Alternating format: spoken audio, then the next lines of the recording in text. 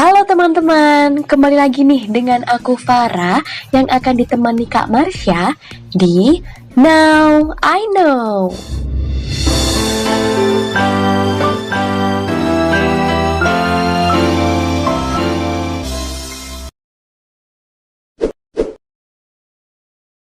Sebelumnya aku mau sapa Kak Marsha dulu nih. Halo Kak Marsha. Halo Kak Farah. Ketika mendapatkan nilai yang kurang bagus dalam ujian, ada anak yang sedih, biasa saja, atau bahkan tidak peduli. Kalian tahu nggak kenapa itu terjadi? Itu mah dianya aja yang cengeng. Nggak dong, ini terjadi karena masing-masing individu memiliki cara yang berbeda dalam menilai dan merespon suatu peristiwa. Halah itu mah. Coba jelasin kalau gitu. Ya sudah, kalau begitu, yuk belajar bareng-bareng bersama Kak Farah dan Kak Marsha. Sebelum itu, teman-teman tahu nggak apa itu emosi dan kepribadian? Nah, kalau teman-teman tidak tahu, aku bakal jelasin nih apa itu emosi dan kepribadian. Emosi adalah reaksi individu terhadap seseorang atau fenomena. Contoh, kita senang ketika dapat pesan dari orang yang kita suka, atau sedih ketika diputusin pacar. Lalu, kepribadian adalah cara seseorang dalam bereaksi dan berinteraksi dengan individu lainnya. Contoh, ada seseorang yang memiliki kepribadian pemalu atau percaya diri ketika berbicara di depan umum. Lantas, apa hubungan emosi dan kepribadian? Sebenarnya, dalam diri individu ada yang disebut struktur afektif kognitif, di mana kedua komponen itu mempengaruhi pemrosesan informasi emosional dan perilaku. Hal itulah yang mendasari cara seseorang dalam merasakan, menafsirkan peristiwa kehidupan, serta bagaimana mereka bertindak dalam lingkungan. Karakteristik individu juga mempengaruhi emosi dalam memandang dunia. Sebuah studi menjelaskan, individu yang memiliki kecemasan tinggi lebih sensitif terhadap ancaman daripada individu yang biasa saja. Mereka biasanya menyalurkan lebih banyak perhatian pada rangsangan. Contohnya, Fajar memiliki kecemasan yang tinggi terhadap suatu perubahan yang mendadak. Ketika di kelas, tiba-tiba dosen mengadakan kuis. Hal tersebut sangat sensitif bagi Fajar karena kuis dadakan yang diberikan itu merupakan rangsangan yang dinilai sebagai ancaman. Kesalahan dalam menafsirkan dunia juga terjadi pada individu yang marah. Contohnya, ketika dihadapkan pada sebuah permasalahan, tidak jarang kita melimpahkan rasa marah kepada orang lain, yang sebenarnya belum tentu ada kaitannya dengan permasalahan tadi. Bagaimana proses timbal balik dalam ekspresi emosi? Perbedaan individu juga terlihat dari cara mereka bereaksi terhadap emosi orang lain. Contohnya, ketika melihat anak kecil menangis, akan ada orang yang simpati dan ada juga yang biasa saja. Individu memang menunjukkan ekspresi emosi yang khas, baik dari segi apa yang mereka ungkapkan kepada orang lain maupun yang diperoleh. Kira-kira apakah kelekatan dapat mempengaruhi respon emosi? Sebelumnya, kelekatan itu kita sebut saja sama dengan kedekatan. Kedekatan antara ibu dan anak mulai terjalin sedari lahir, di mana pada masa itu anak menggunakan emosi sebagai pertanda. Misalnya, ketika bayi menangis, itu menandakan bahwa ia lapar, tidak nyaman atau sedang merasa takut. Seketika itu, sang ibu langsung merespon apa yang diinginkan oleh si bayi. Status dalam keluarga juga dapat mempengaruhi reaksi emosi individu. Contohnya, ekspresi emosi ketika dimarahi oleh ibu akan berbeda dengan ekspresi ketika dimarahi oleh adik. Ketika dimarahi ibu, kita sedih atau takut. Tapi ketika dimarahi oleh adik, seolah kita tidak peduli atau marah karena merasa lebih benar. Nah, ada 3 gaya kelekatan menurut Bowlby. Secure attachment, pola aman. Pola ini terbentuk dari interaksi antara orang tua dengan anak. Contohnya seperti tadi, anak merasa lebih aman ketika bersama dengan ibunya karena dia menilai sang ibu sebagai figur yang selalu siap mendampingi, sensitif, responsif, penuh kasih sayang, dan penuh cinta. Kedua, resistant attachment atau pola melawan atau ambivalen. Pola ini terbentuk ketika anak tidak lagi mempercayai ibunya. Ini terjadi karena dia merasa bahwa ibunya tidak akan selalu ada membantunya. Anak yang ambivalen akan mengalami kesulitan berhubungan dengan orang lain atau lingkungan, mudah cemas dan kurang perhatian.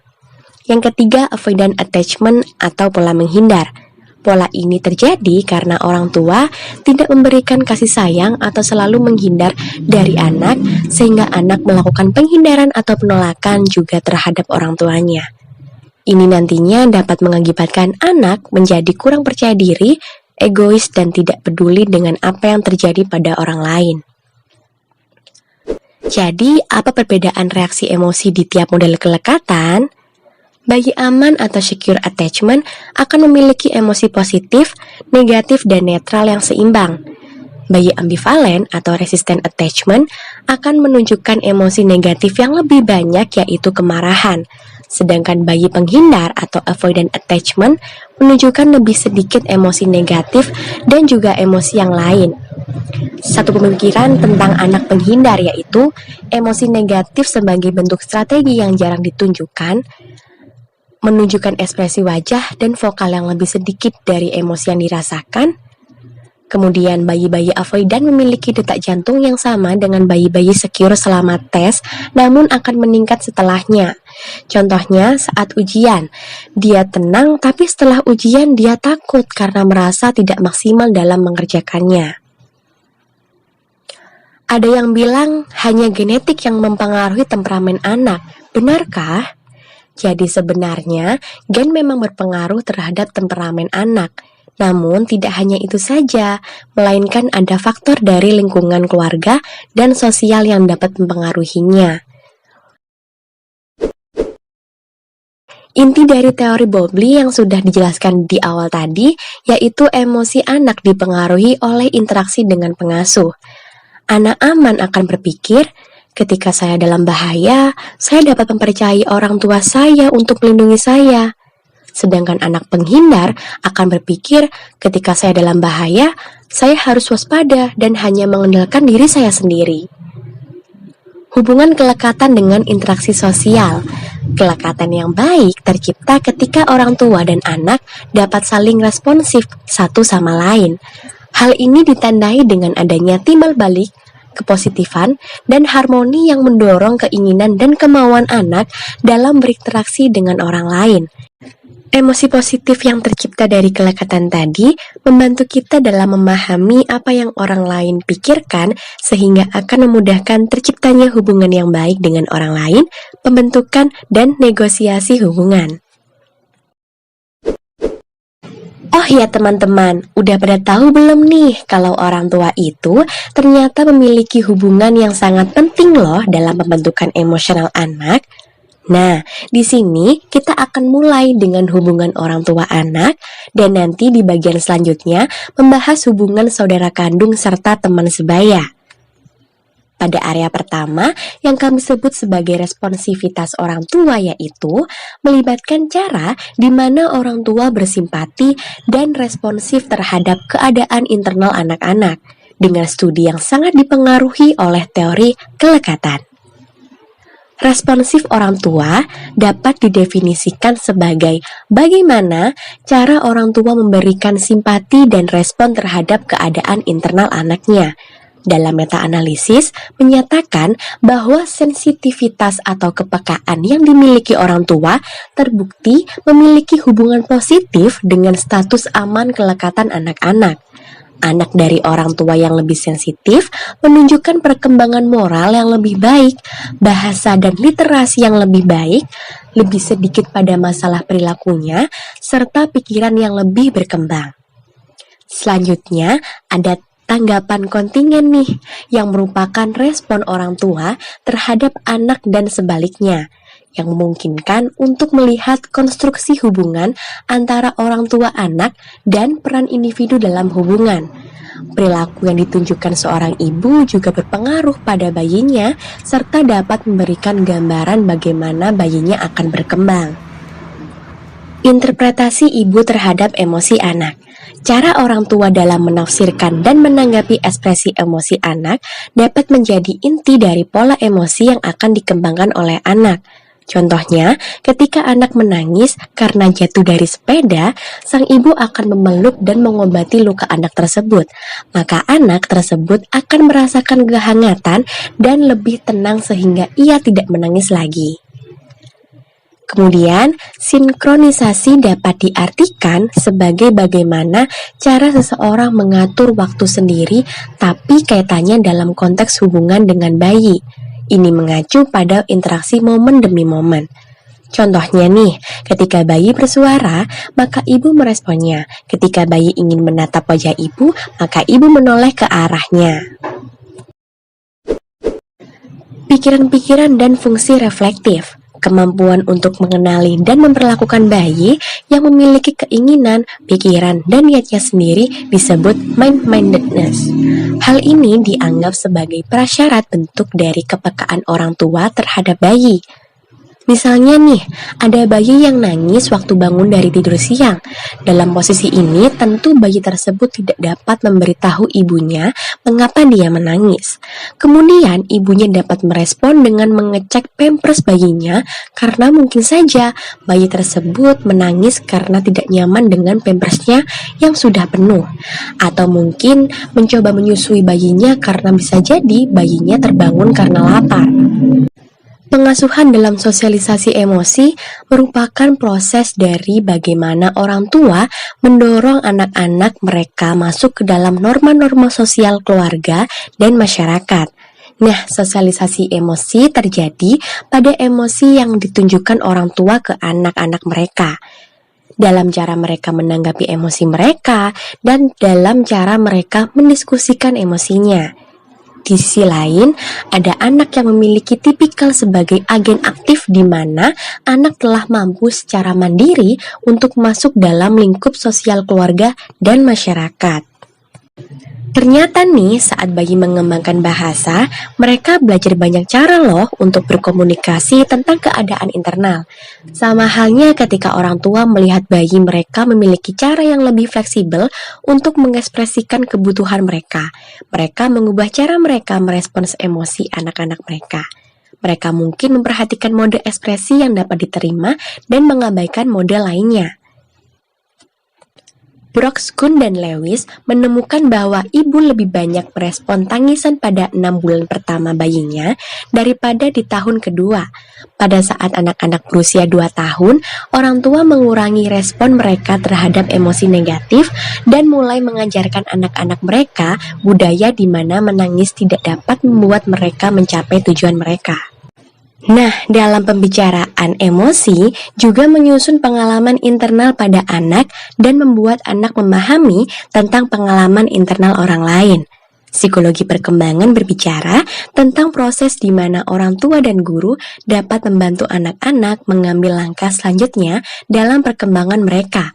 Misalnya, itu berbahaya, kamu benar-benar membuatku takut.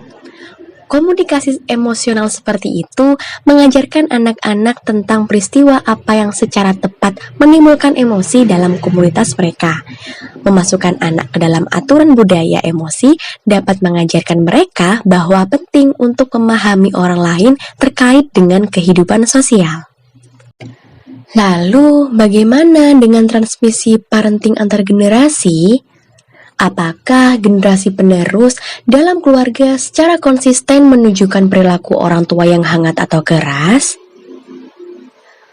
Beberapa dari penelitian telah mengamati nih pengaruh pola asuh dalam satu generasi terhadap pola asuh yang dilakukan oleh generasi selanjutnya. Contohnya, individu yang diasuh dengan positif dan kehangatan di masa kecil, mereka tumbuh menjadi orang tua yang hangat dengan anak-anak mereka sendiri. Sedangkan individu yang menerima pengasuhan yang keras, di masa kecil, mereka cenderung lebih mungkin untuk mengasuh anak mereka sendiri dengan lebih keras. Orang tua dapat seperti itu karena faktor dari apa yang mereka pelajari di masa sebelumnya, atau memang secara genetik sifat kekerasannya diturunkan dari orang tua mereka. Oke. Oke, selanjutnya akan dijelaskan lebih lanjut oleh Kak Marsha ya. Baik, terima kasih Kak Farah. Meskipun interaksi orang tua dan genetika memiliki pengaruh yang sangat penting pada emosi di masa kanak-kanak dan seterusnya, tapi tahu nggak sih, ternyata hubungan dengan saudara kandung dan teman sebaya juga penting loh teman-teman. Mau tahu penjelasan lebih lanjutnya? Yuk lebih fokus lagi. Katanya nih, saudara itu memiliki hubungan yang unik yang ditandai dengan tingkat keintiman, emosionalitas, dan keakraban yang tinggi. Kita tak jarang melakukan hal secara bersama-sama, contohnya bermain dan bahkan belajar. Nah, dalam kegiatan itu terjadi yang namanya proses timbal balik dan komplementer atau saling melengkapi, di mana kemudian hal-hal tersebut dapat meningkatkan peluang untuk mengembangkan hubungan interpersonal dan intrapersonal. Dalam sebuah penelitian juga didapat hasil bahwa anak-anak lebih cenderung meminta pengajaran dari saudara mereka yang lebih tua dibandingkan teman sebayanya yang lebih tua. Penelitian ini menunjukkan adanya proses scaffolding yang unik untuk saudara kandung. Selain itu, keterkaitan kehadiran saudara yang lebih tua dengan kesehatan mental memberikan hasil yang relatif baik, yaitu hiperaktif yang lebih rendah, emosional, dan masalah teman sebaya yang rendah. Kak Farah pernah lihat nggak nih, ada seseorang anak yang mungkin pada saat di rumah, dia itu nggak terlalu aktif, cenderung agak pendiam dan agak jarang berbicara pada orang yang ada di rumahnya. Nah, tapi pas dia mulai berteman, anak ini berubah menjadi sangat aktif dalam berekspresi, seperti dia jadi sering bercerita. Ada kan ya anak yang seperti itu yang misalkan berbicara mengenai teman yang ada di sekolahnya atau temannya memberikannya makanan atau bahkan permainan yang mereka lakukan bersama. Jadi disinilah peran pentingnya teman sebaya. Ada seorang tokoh bernama Sullivan, beliau ini mengatakan bahwa interaksi antara teman sebaya di masa kanak-kanak dan remaja awal dapat memberikan kesempatan untuk anak mempelajari keterampilan sosial yang penting, seperti kerjasama, mengutamakan kepentingan dan kebaikan orang lain, atau biasa sering disebut sebagai altruisme, dan yang satunya lagi adalah empati. Dari teman sebaya juga, anak bisa belajar mengenai berbagai macam emosi yang sesuai konteks kelompok usia mereka. Sehingga dapat dikatakan bahwa relasi teman sebaya relevan dengan proses penting dalam perkembangan sosial dan emosional. Sekarang kita akan bicara tentang emosionalitas sepanjang hidup. Oke, kita kan dari tadi sudah membahas nih mengenai perkembangan emosi individu di tiap fasenya. Pertanyaannya, apakah tidak ada konsistensi yang terjadi? Emosi muncul dalam interaksi antara hubungan awal dan faktor genetik. Meskipun seseorang berkembang di masa dewasa dengan cara yang berbeda-beda, dan meskipun beberapa orang berubah secara drastis di masa dewasanya, tetapi gaya emosional awal tetap akan membentuk semacam garis besar terkait bagaimana kita ke depannya. Kita akan mulai membahas dari keberlanjutan emosionalitas dari anak hingga dewasa. Anak-anak yang impulsif, gelisah, dan mudah terganggu akan tumbuh dengan sifat emosionalitas negatif, sehingga kedepannya dia akan lebih sering tegang, cemas, dan perilaku emosi negatif lainnya. Sedangkan untuk anak-anak yang percaya diri akan tumbuh dengan emosional positif, dan orang lain cenderung akan menggambarkan mereka sebagai pribadi yang ekstrovert. Anak-anak yang pendiam dan takut atau biasa disebut dengan anak yang terhambat secara sosial akan tumbuh dengan kendala yang cukup tinggi pada usia dewasa, di mana ia menunjukkan rendahnya sikap emosional positif. Poin selanjutnya yaitu sifat-sifat kepribadian dan emosionalitas. Ada 5 ciri kepribadian yang berpengaruh pada masa dewasa, yaitu yang pertama neuroticisme, yang melibatkan emosi kecemasan, permusuhan, dan depresi. Yang kedua ekstraversi, yang meliputi kehangatan, suka berteman, dan kecenderungan emosi positif. Yang ketiga kesesuaian, yang mencakup kepercayaan, keterus-terangan, dan kepatuhan. Yang keempat kesadaran, yang meliputi usaha pencapaian, disiplin diri, dan pengabdian. Yang kelima keterbukaan fantasi, estetika, perasaan, dan ide. Kemudian, pembahasan yang kita bahas tadi ada kaitannya nih dengan pertanyaan apakah kepribadian dan emosionalitas bisa berubah. Ternyata hal itu bisa saja terjadi, tetapi tetap tergantung dari apa yang melatar belakanginya ya. Contohnya nih, ada seseorang yang usai pindah agama. Mereka ini bisa saja memiliki perilaku dan kepribadian yang berbeda seolah mereka seperti terlahir kembali. Nah, sekarang aku mau tanya nih ke Kak Farah, menurut kakak bisa nggak sih kita mengetahui emosionalitas seseorang berdasarkan biografinya? Enggak deh kayaknya. Gimana caranya kita bisa tahu emosionalitas seseorang hanya berdasarkan biografinya? Bisa dong, justru dari biografi seorang tokoh, kita jadi bisa memahami bagaimana karakteristik kepribadiannya yang terlihat dari sudut pandang orang lain. Contohnya nih, dari buku biografi Soekarno, kita bisa memahami bahwa Soekarno itu ternyata orangnya tegas, tidak gampang terbawa suasana, memiliki manajemen emosi yang baik, dan lain-lainnya. Jadi gimana sekarang? Sudah paham kan kenapa masing-masing orang memiliki reaksi yang berbeda dalam menanggapi suatu masalah? Iya deh, maaf.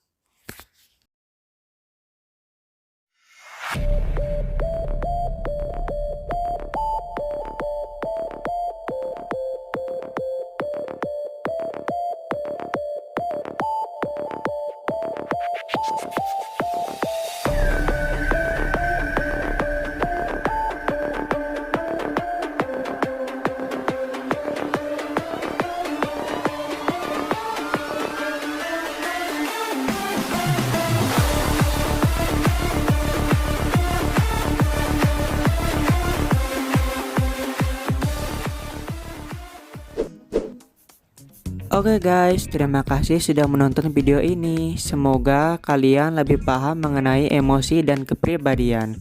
Sampai jumpa di lain waktu.